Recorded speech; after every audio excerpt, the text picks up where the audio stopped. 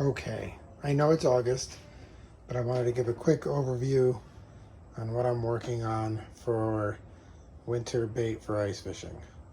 So I got this freezer tank that I originally owned, gave to a friend of mine who is moving, and I took back from him because he was going to get rid of it. So I saw a lot of videos out there for freezer tanks, and I decided to put this in my shed. First thing is, I know it's a mess in here, but here's the top of the tank. This will sit here, right? So that's what it'll look like in the winter, right? It'll be sitting on top of that. As you can see, I double insulate it with foam insulation, and then I insulated the edges all the way around. You can see that. I'll turn it over.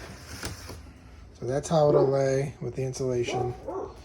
Fully insulate it, and then put a handle on top to take it on and off easily. Tough to do with one hand, but it fits snug. So I'll put this back over here. Yeah, the inside is dirty right now. I'll clean that out before I fill it.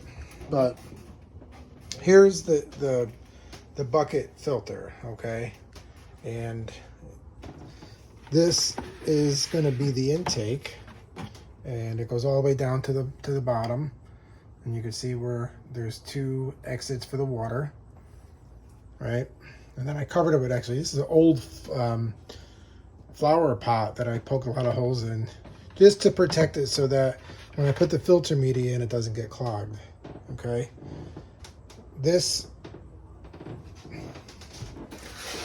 Here's the top, right? So this top will sit here, and excuse me, it's tough to do this with one hand, but that top will sit on there tight. This will be clamped. This hose will be clamped on, and then it goes down into that hole all the way down to the pump. So the pump, I think it's a 400 gallon per hour pump, will pump into the tank, okay? Then once in the tank, I have all my filter media here.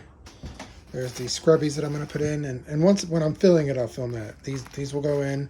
These will cut to fit in there. Inside this box, there's some lava rock and some more scouring pads. So that'll be another addition to this video when I fill it up, and I'm going to actually try it soon.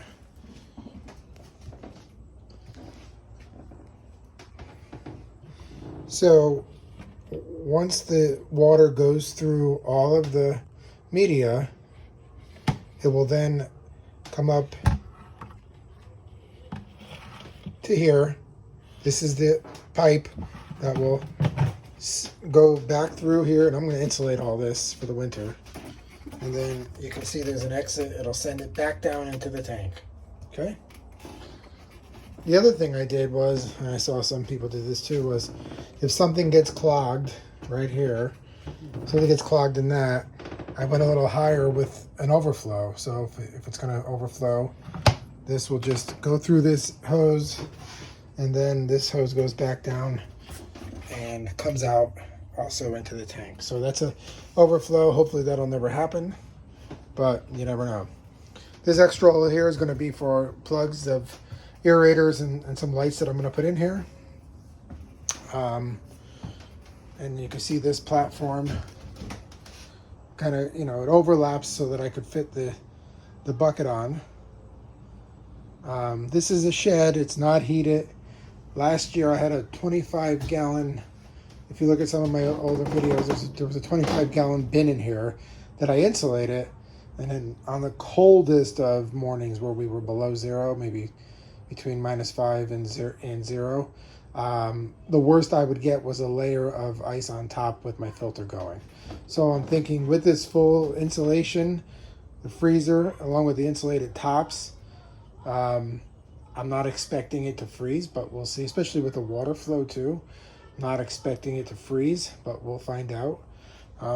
Also, you'll notice I have the plywood 4.